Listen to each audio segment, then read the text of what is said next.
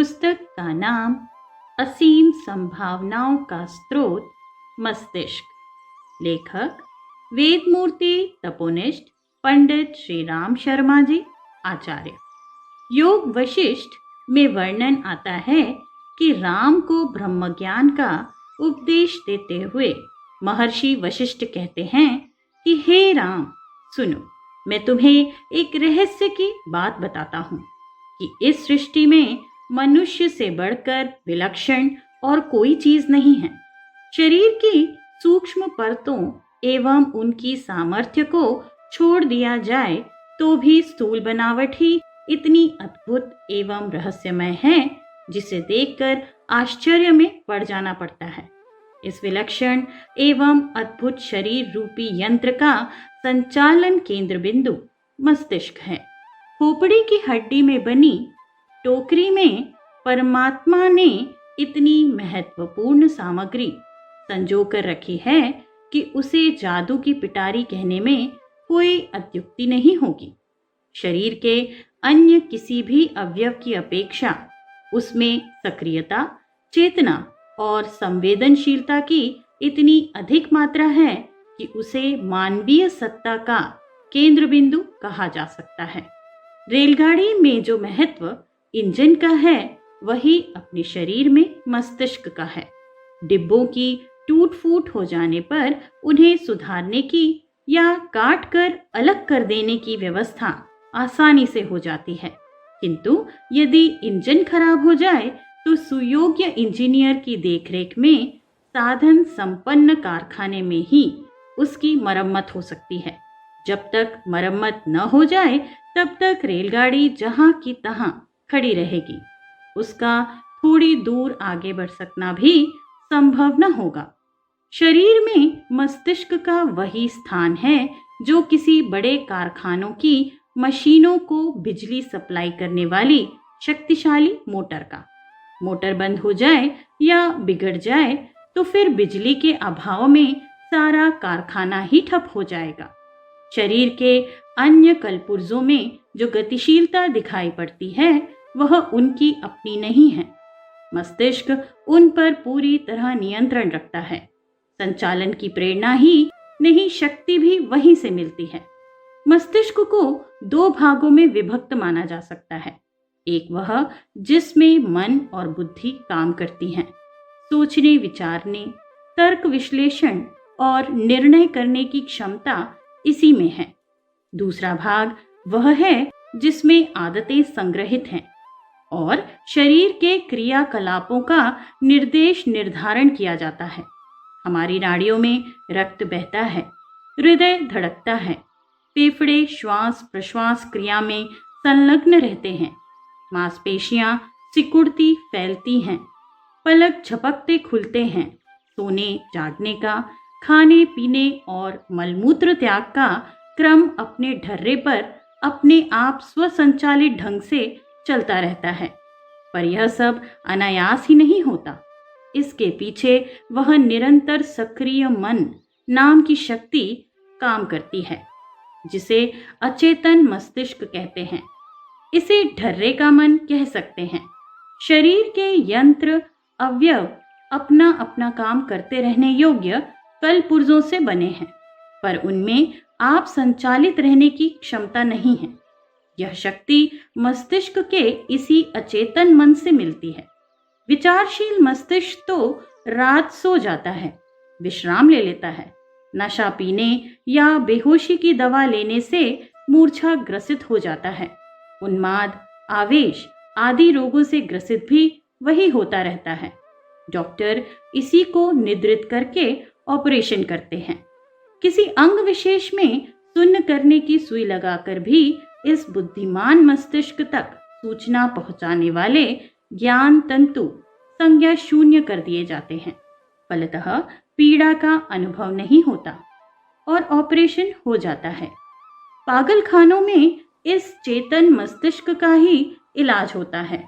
अचेतन की एक छोटी परत ही मानसिक अस्पतालों की पकड़ में आई है।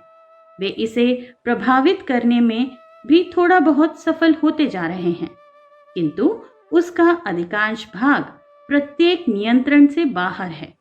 पागल लोगों के शरीर की भूख, मल त्याग, श्वास प्रश्वास, रक्त संचार तथा पलक झपकना आदि क्रियाएं अपने ढंग से होती रहती हैं। मस्तिष्क की विकृति का शरीर के सामान्य क्रम संचालन पर बहुत कम असर पड़ता है।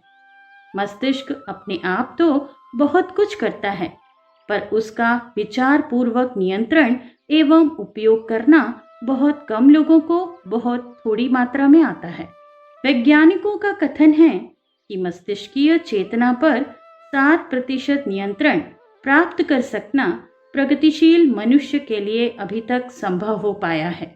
उसकी 93% शक्ति ऐसी है जिस पर नियंत्रण करना तो दूर, उसकी ठीक तरह जानकारी भी प्राप्त नहीं की जा सकी है। मनुष्य की बुद्धिमत्ता, साहसियता, सूझबूझ की बहुत प्रशंसा की जाती है। अनुशासित मनोभूमि किस प्रकार प्रखर प्रतिभा संपन्न व्यक्तित्व के रूप में विकसित होती है, यह भी सर्वविदित है। इतने पर भी इतना ही कहा माना जाता है कि यह उसकी खोपड़ी में रखी हुई जादुई पिटारी का एक नगण्य सा चमत्कार है।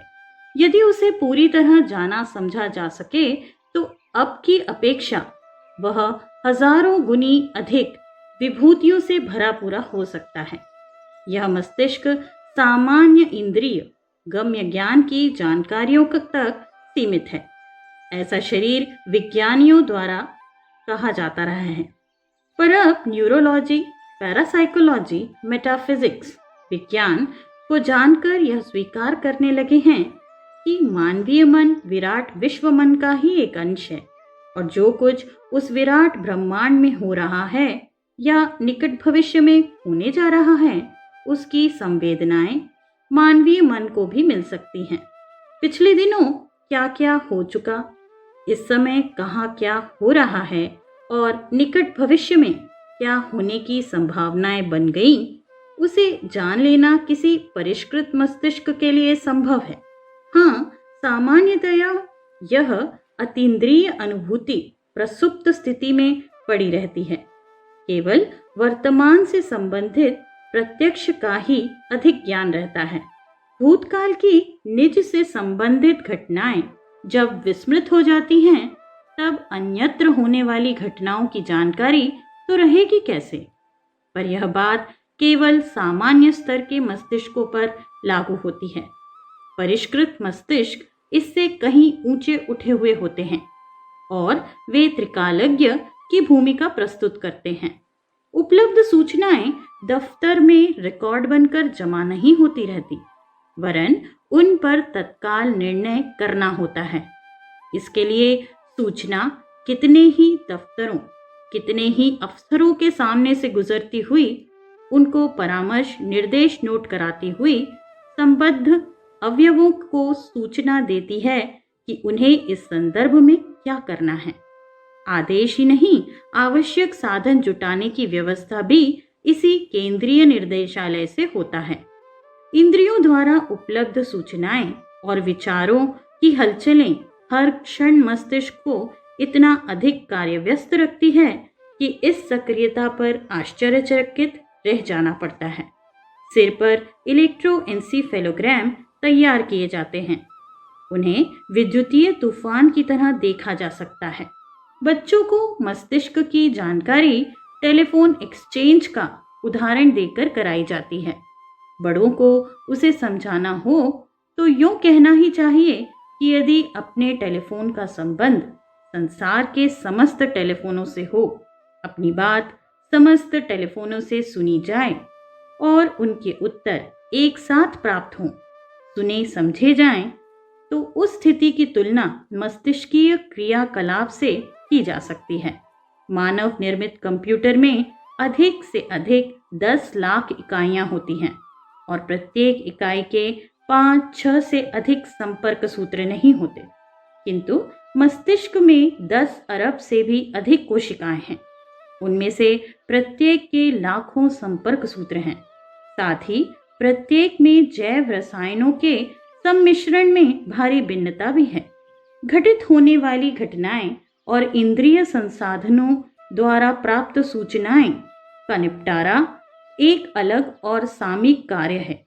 इसके अतिरिक्त श्वासोच्छ्वास, निद्रा, जागरण, हृदय की धड़कन, रक्त संचार, पेशियों का आकुंचन प्रकुंचन, शरीर कोशिकाओं का जीवन मरण आदि शरीर संचालन के इतने अधिक कार्य हैं जिन्हें बारीकी से देखने पर समस्त संसार की सरकारों की संयुक्त व्यवस्था से भी अधिक सुविस्तृत ठहराया जाएगा।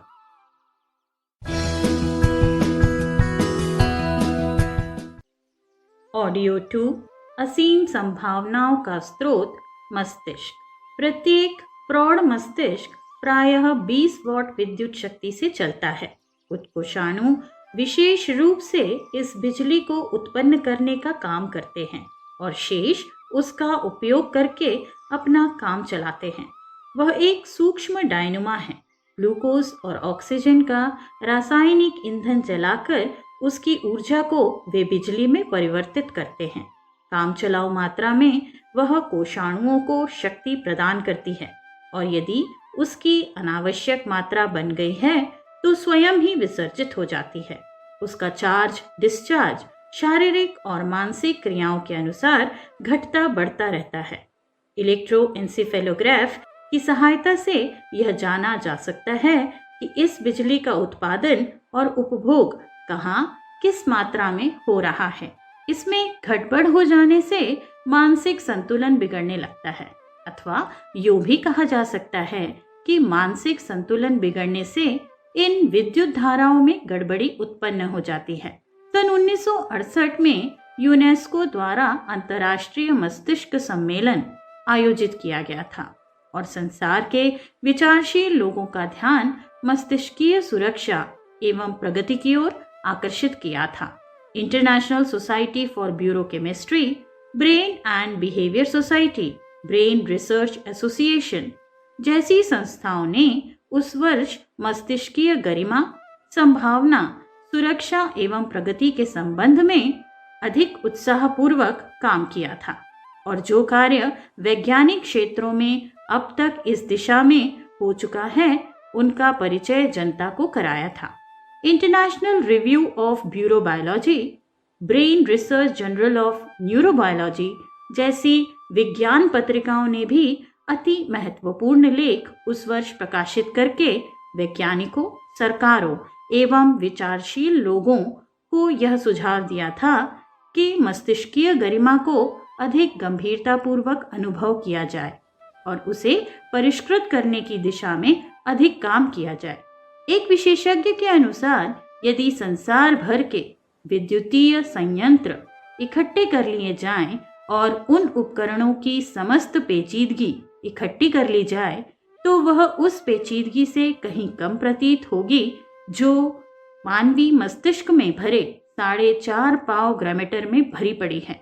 मस्तिष्क का सामने वाला भाग सेरेब्रम संवेदनाओं और इच्छाओं का केंद्र है। बुद्धि, विचारशीलता और भावनाएं भी यहीं उत्पन्न होती हैं। मस्तिष्क का पिछला हिस्सा सेरेबेलम कहा जाता है। यह शरीर के संतुलन को बनाए रखने की तथा विभिन्न अवयवों की गतिविधियों को स्वसंचालित रखने की भूमिका संपादित करता है। हमारी सहज क्रियाएं, रिफ्लेक्स एक्शन का नियंत्रण भी यहाँ से होता है। मस्तिष्क का तीसरा भाग, जिसको मेडुला ऑब्लोंगेटा कहते हैं, अंगों की स्वसंचालित प्रक्रिया का अधिष्ठाता है। मस्तिष्क की बहिरंग और अंतरंग संरचना के संबंध में अब पहले की अपेक्षा अधिक जान लिया गया है। एक समय था जब मस्तिष्क के भीतर भरी वस कोशिकाएं, तंत्रिकाएं ही चिंतन की आधारशिला मानी जाती रहीं और समझा जाता रहा कि जिसका मस्तिष्क जितना भारी और बड़ा होगा वह उतना ही बुद्धिमान होगा। इस मान्यता के कारण मस्तिष्क के स्वरूप का विकास करने के लिए ऐसी औषधियों और खाद्य पदार्थों का सरंजाम जुटाया जाता रहा जो उस अवयव को परिपुष्ट बनाने में सहायक सिद्ध हो सके। अब वह अध्याय समाप्त होने जा रहा है और समझा जा रहा है कि इस संस्थान के अंतरंग क्षेत्र में काम करने वाली विद्युत शक्ति ही विचार शक्ति बनती है। इस विद्युत को लगभग उसी स्तर की भौतिक विद्युत द्वारा प्रभावित किया जा सकता है और चिंतन के बाहरी दबाव से उभारा या दबाया जा सकता है।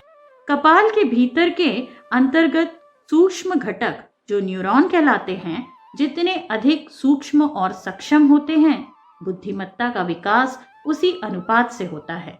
ये घटक अगणित वर्ग के हैं और इन्हीं वर्गों के विकास पर मानसिक गतिविधियों का निर्देशन होता है। समझदारी का संबंध इस बात से है कि ये सूक्ष्म घटक न्यूरॉन कितने हैं और परस्पर कितनी सघनता से संबद्ध है। मनुष्य की बुद्धिमत्ता पिछले 10,000 वर्षों में लगातार बढ़ी है, किंतु उसमें मरितत्व के आकार व भार में कोई खास फर्क नहीं आया है। यदि वजन और विस्तार के अनुसार बुद्धिमत्ता होती, तब तो अब तक मस्तिष्क आदमी के शरीर का बहुत बड़ा हिस्सा बन गया होता। नवीनतम शोधें भी यह बताती हैं कि बीमारियों के कारण मात्र विषाणुओं की प्रकृति की प्रतिकूलता को अथवा आहार विहार की अस्त व्यस्तता तक सीमित मान बैठना उचित नहीं। वस्तुतः रोगों का बहुत बड़ा कारण मनुष्य की मानसिक विकृतियां होती हैं। मनोविकारों का आरोग्य पर जितना घातक प्रभाव पड़ता है, उतना और किसी का नहीं। यदि क्रोध, चिंता, भय, निराशा, आशंका जैसे आवेशों से मस्तिष्क भरा रहे, तो स्वास्थ्य संरक्षण की सारी सुविधाएं रहने पर भी निरोग रह सकना संभव न होगा। इसके विपरीत निश्चिंत, निर्भय, साहसी और मस्त तबीयत का आदमी अपनी व्यथाओं का बिना उपचार के अनायास ही आधा निवारण कर लेता है। दीर्घ जीवन के अनेकों आधार बताए जाते हैं। उनमें सबसे बड़ा कारण है जीवन इच्छा की प्रबलता। जो अपनी जिंदगी को समाप्त हुआ नहीं मानता, देर तक जीने का विश्वास रखता है, वह कष्ट साध्य और असाध्य रोगों से देर तक लड़ता रह सकता है और भयावह संकट को परास्त भी कर सकता है। मनोविज्ञानियों का कथन है, क्रोधी और झगड़ालू मनुष्यों के शरीर में आवेशजन्य उत्तेजन से एड्रेनलिन जहर पैदा होता है और वह रक्त में मिलकर पहले तो कई तरह की हानियां पहुंचाता है। पीछे नशे सेवन करने वालों की तरह वह विष ही शरीर की एक भूख बन जाता है। उसके बिना रहा ही नहीं जाता। ऐसी दशा में उस व्यक्ति की अंतः चेतना किसी से न किसी से झगड़ने की प्रेरणा करती है और वह मनुष्य कोई न कोई बहाना किसी से लड़ने का ढूंढ निकालता है। आए दिन बातों ही बातों में लड़ाई करने के लिए उसे आकुलता बनी रहती है। क्रोध के कारण शारीरिक, मानसिक, सामाजिक और आर्थिक हानियों की बात तो अलग रही, यह न छूटने वाली झगड़ने की आदत इतनी बड़ी हानि है, जिससे मनुष्य का स्वास्थ्य और संतुलन ही नहीं, समग्र व्यक्तित्व नष्ट होता चला जाता है। यही बात अन्यान्य मनोविकारों पर लागू होती है। वे इतना अधिक अहित करते हैं, जिनकी तुलना किसी भी बाहरी शत्रु के भयानक आक्रमण से नहीं की जा सकती। इसके विपरीत यदि मानसिक संतुलन ठीक से बना रहे, तो मूर्ख मनुष्य बुद्धिमान बन सकता है और प्रगति के अवरुद्ध मार्गों को खोल सकता है। मस्तिष्क के संबंध में भी यही होता है।